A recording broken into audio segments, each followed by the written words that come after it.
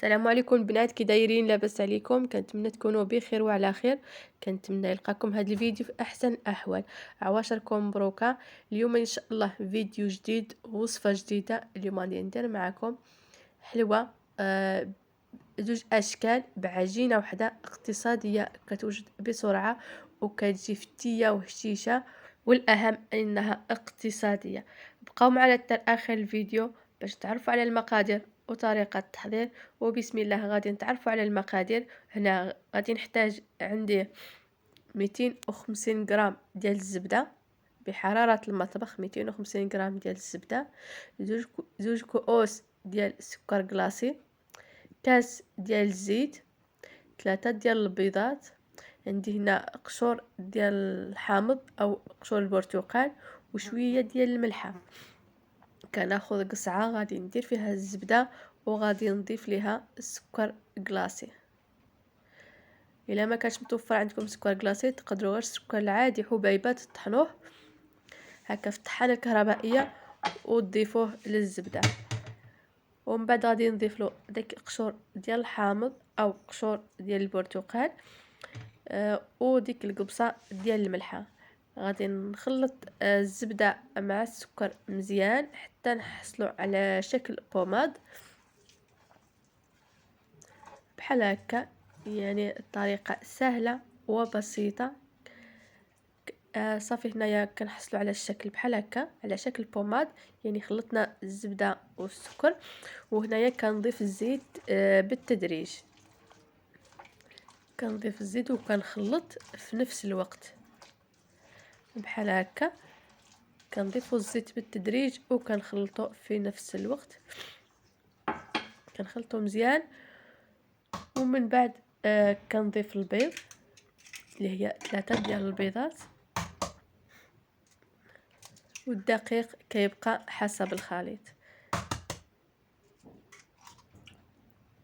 غادي نخلط هكا البيض باش يتجانس مع الزبده والزيت والسكر بهذه الطريقه.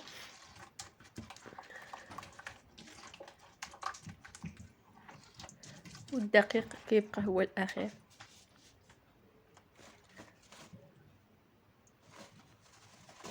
الدقيق كيبقى حسب الخليط، ما ديروهاش جاريه بزاف، ما كتجيش مطلوقه وما كتجيش قاصحه بزاف. يعني كتجي عجينه كما كتشوفوا، يعني عجينه كتجي عاديه، ما قاصحه ما جاريه. ومن بعد كنديروا اما ورق الفرن او ورق السلوفان على سطح العمل باش يسهل علينا الحلوه ديالنا نهزوها. انا هنايا فرشت ورق الفرن، رشيت عليها شويه ديال الدقيق، سرحنا العجينه. يعني في الاول كنقسموا الخليط على زوج حيت غادي نديروا زوج اشكال. هذا الشكل الاول غادي نديروا بهذا المرشم اللي فيه الجهه كتجي مثقوبه والجهه عاديه. وصافي هنا من بعد ما سرحنا العجينه بالدلاك على سطح العمل كنرشموها بالمرشم هكا. نتوما تقدروا ديروا اي مرشم كان متوفر عندكم. انا عندي هذا مربع، تقدروا اللي كان متوفر عندكم، يا مربع يا مستطيل يا مثلث اللي كيجي مهم كما كان. انا عندي هذا قلت لكم جهه مثقوبه وجهه عاديه. هنايا عاودت العجينه الثانيه كما كتشوفوا درت بالجهه المثقوبه. يعني خصكم ديروا نفس العدد. الا درتوا مثلا 20 بالجهه العاديه ديروا 20 حبه بالجهه المثقوبه باش يجيو لكم نيشان. صافي كنستمر بنفس العمليه بنفس الطريقه حتى نسالي العجينه ديالي. وهنايا غادي نمشيو للشكل الثاني. هنايا درتو بشكل دائري. هنا اي مرشم تقدروا ديروا به، هي كاسيه غطايه ديال شي حاجه، وماشي ضروري ديروا هذا الشكل، تقدروا ديروا اي شكل كان عندكم، اي شكل بغيتوه. المهم هنايا من بعد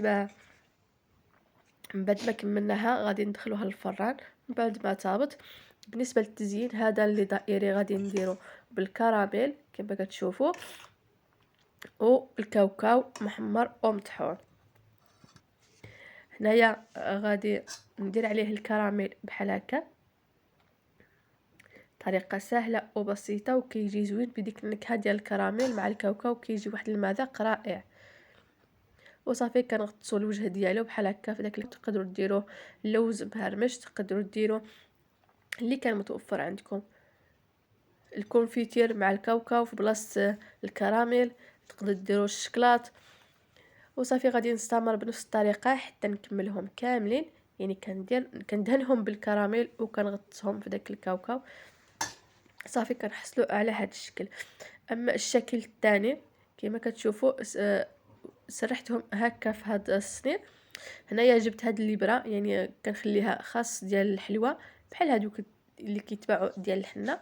المهم هادي كنخليها خاص ديال الحلوى، دايره فيها الشكلاط مذوبه، وغادي كامل نفوت على الحلوى ندير فيها شويه شويه ديال الشكلاط. تقدروا ديروا داك الجيب الحلواني ديروا فيه الشكلاط حتى هو، يعني كيعاون وكيسربي فيه الساع. وصافي هنايا كنجيب الجزء الاخر اللي كيجي مثقوب، كنحطو عليه بحال هكا، كنحطو على هذا الشكل بحال هكا. يعني طريقه سهله وبسيطه، يعني كنلصقوهم بالشكلاط. تقدروا تعوضوا الشكلاط بالكونفيتير او الشكلاط الابيض. المهم غادي نستمر بنفس الطريقه حتى نساليهم كاملين. هنايا من بعد ما ساليتهم كاملين كنحصلوا على هذا الشكل بحال هكا. ومن بعد جبت ديك الابره، ركبت لها ديك الابره الرقيقه يعني ديال الحنه، درت فيها الشكلاط ودرت عليها خطوط رقيقه بالشكلاط الاسود. تقدروا نتوما ديروهم بالشكلاط الابيض. هنا هذا هو الشكل الاول اللي درناه بالكراميل والكاوكاو، كيجي بحال هكا. الصراحه كيجي زوين شكلا ومذاقا، وحتى ديك المذاق ديال الكراميل كيتواتى مع الكاوكاو. وهذا الشكل الثاني كيفاش كيجي حتى هو كيجي زوين، كيجي فتي وبنين. وكنتمنى تجربوهم ينالوا الاعجاب ديالكم. وصفه سهله وخرجنا بها جوج اشكال ديال الحلوى بطريقه سهله وبسيطه. المهم هذا هو الشكل النهائي. هنايا بعد ما درناهم في بلاطو كنحصلوا على هذا الشكل، كيجي راقي صراحه وسهل وبسيط ومقادير بسيطه اللي متوفره في كل بيت مغربيه. المهم الى هنا غادي نكونوا وصلنا لنهايه الفيديو. كنتمنى تجربوا هذه الحلوى وتنال الاعجاب ديالكم. عيدكم مبارك سعيد مسبقا. نتلاقاو ان شاء الله في الفيديو المقبل، وصفه جديده، فيديو جديد. مع السلامه.